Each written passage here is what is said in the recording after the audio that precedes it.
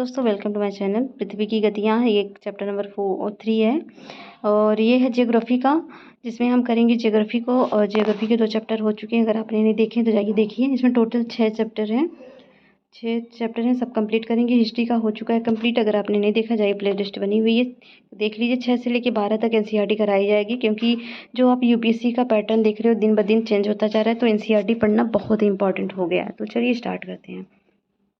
ये है पृथ्वी की गतियाँ, तीसरा चैप्टर। जैसा कि आप जानते हैं कि पृथ्वी की गति 2 प्रकार की होती है। कौन सी? घूर्णन एवं परिक्रमण।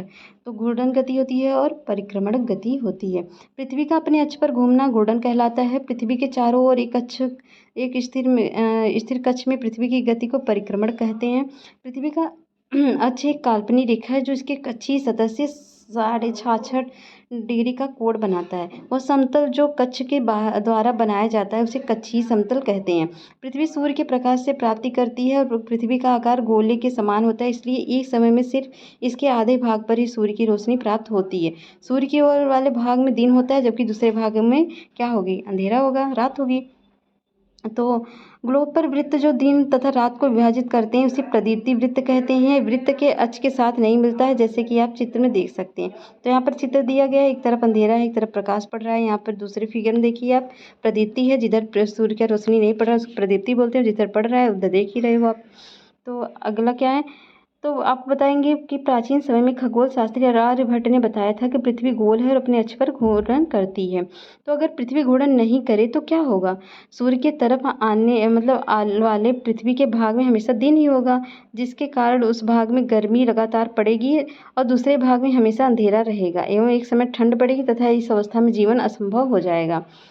और पृथ्वी की दूसरी गति जो सूर्य के चारों ओर कक्ष में होती है उसे परिक्रमण कहते हैं। पृथ्वी एक वर्ष में 365 और 101/4 दिन में पूरा करती है, एक चक्कर लगाती है। हम लोग एक वर्ष में 365 दिन का मानते हैं तथा सुविधा के लिए 6 घंटे को इसमें नहीं जोड़ते हैं। तो यहाँ फिगर देखिए, यहाँ बसंत ऋतु ऊपर दी गई है, जिसमें उत्तर ध्रुव और दक्षिण ध्रुव किस तरह से बेंट हुआ है देख सकते हैं आप। 21 मार्च का दिन है शरद ऋतु का, और दूसरा जो इधर देख रहे हैं 22 दिसंबर का, फिर दक्षिणी अयनांत है उत्तरी गोलार्ध एवं शीत ऋतु में, दक्षिणी गोलार्ध ग्रीष्म ऋतु में। 23 सितंबर को बसंत ऋतु है और उत्तर अयनांत जो है दक्षिण गोलार्ध और उत्तरी गोलार्ध किस तरह से ग्रीष्म ऋतु है, ये आप देख सकते हैं। 4 वर्षों में प्रत्येक वर्ष के बचे हुए 6 घंटों को मिला करके एक दिन बनता है, जो 4 साल के बाद बनता है, जिसे लीप ईयर बोलते हैं। लीप ईयर में क्या होता है? फरवरी का महीना 28 या 29 का हो जाता है। तो पृथ्वी के पूरे कक्ष में एक ही दिशा में झुकी हुई है, अतः एक वर्ष को गर्मी, सर्दी, बसंत, शरद ऋतु में बांटा जाता है। ऋतुओं में परिवर्तन सूर्य के चारों ओर पृथ्वी की स्थिति के परिवर्तन के कारण होता है। तो यहाँ पर एक क्रियाकलाप बताया गया है, उसको आप कर सकते हैं। नहीं तो आगे बढ़ते हैं हम। 21 जून को उत्तरी गोलार्ध में सूर्य की तरफ झुका होता है, सूर्य की किरणें कर्क रेखा पर सीधी पड़ती हैं। इसके परिणामस्वरूप इन क्षेत्रों में ऊष्मा अधिक प्राप्त होती है।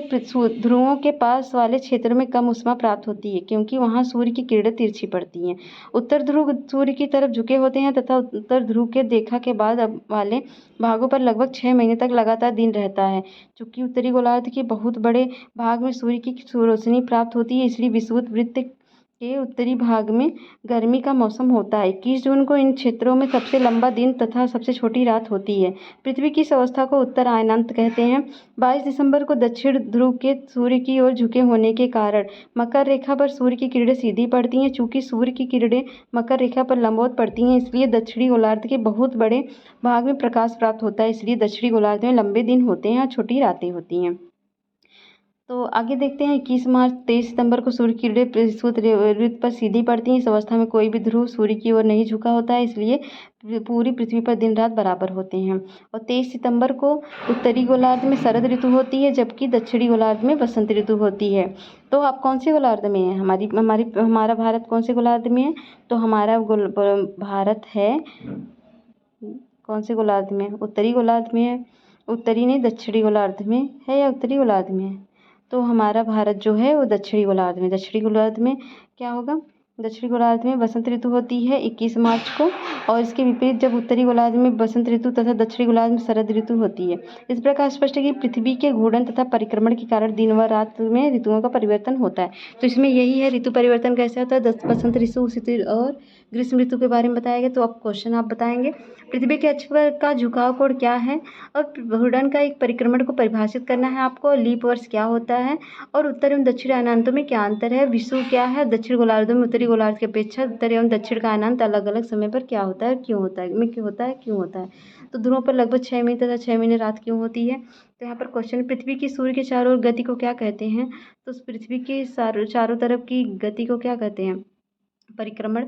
सूर्य की सीधी किरणें विषुवत वृत्त पर किस दिन पड़ती हैं, तो सूर्य की सीधी किरणें पड़ती हैं 21 जून को।